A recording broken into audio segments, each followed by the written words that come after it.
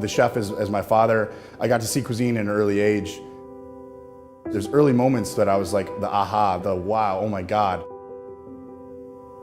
Those are the things that wine can bring to the table that food just kind of, it craves it. It's this perfect marriage, but at the same time, when it's done right and it's pulled off the best way, it's like, watching a rocket ship take off. It's pretty amazing.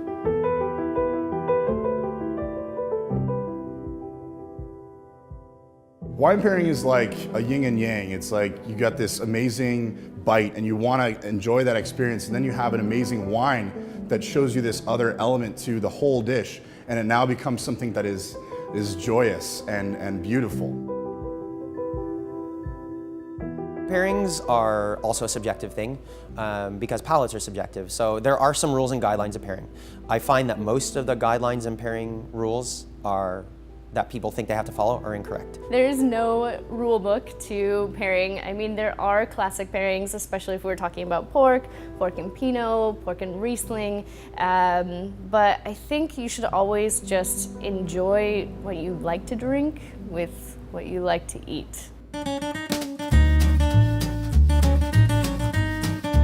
Any fried or potato thing with champagne is just like, if no one's had that transcendental pairing experience, you have that and you're like, why is this so good together? Champagne and McDonald's French fries, it just blew my mind. I had never tried. I had heard of the idea, obviously, of like bubbles and effervescence and then the hot, fattiness and the salt and the two of them working together. Thought it would be really cool, but never thought of like the ultimate McDonald's with, in her case, crude Grand Cuvée. And so I splurged and had the $200 bottle of Grand Cuvée with the $2 grand, jumbo size order of McDonald's French fries. Champagne and oysters.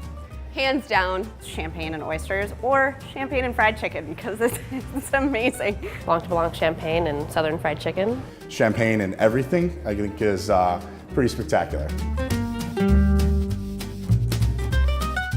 A really nice dry manzanilla and like the calamari reno. Madeira or sauternes with oysters. Breast chicken, in Burgundy with some Chambol or with just any Burgundy wine.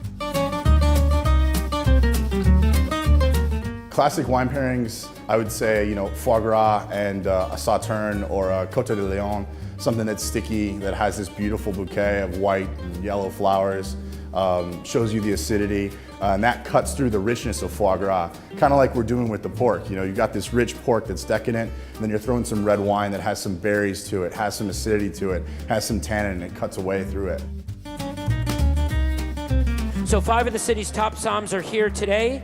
They've been given a month to figure which wine will go best with all this heritage breed pork. Some are bold, some are bubbles, some are red, some are white. The wine I'm bringing is Corta Ora's Franciacorta. It is a champagne style wine in that it's made in a similar method to champagne. You have really wonderful citrus notes. It's got a gorgeous richness and creaminess too that comes through from the yeast. There's a tiny bit of an Italian dried herb note, sage and oregano, that lingers in the background, and just a minerality and almost salinity. And all of those come together really beautifully. It's from northern Italy, and there are a few things that I think make Franciacorta really exciting. One of them is the aging rules are actually longer than that for champagne, and that's what adds a tremendous amount of character, complexity, and all the delicious flavors into sparkling wine is that secondary aging. Pairing with food is really about just knowing your cuisine, knowing your chef, and then also knowing the wine. But ultimately, the pairing is about the guest. If I pair something that they're not really feeling, then that's on me and not the guest. So I think learning the guest first, and then knowing the wine and knowing the cuisine is the start of the pairing. And I think that is a real challenge for a sommelier. You start with those textbook ideas, and those can just be, does this have enough fruit for that? Does this have enough acid for that? Does it have enough structure for that? And so, but you don't have to think this grape with that, and so you're kind of building off of what you've already had, but making sure that this wine that you've tasted kind of measures up to that food in your mind. I think when you ask a sommelier Do you love what you do? And it's pretty easy to see it, right away. And that's the beauty of our industry. We've got great opportunities to do many other things, but we've all chosen this path for a specific reason, and it's to share the love of wine and passion for cuisine.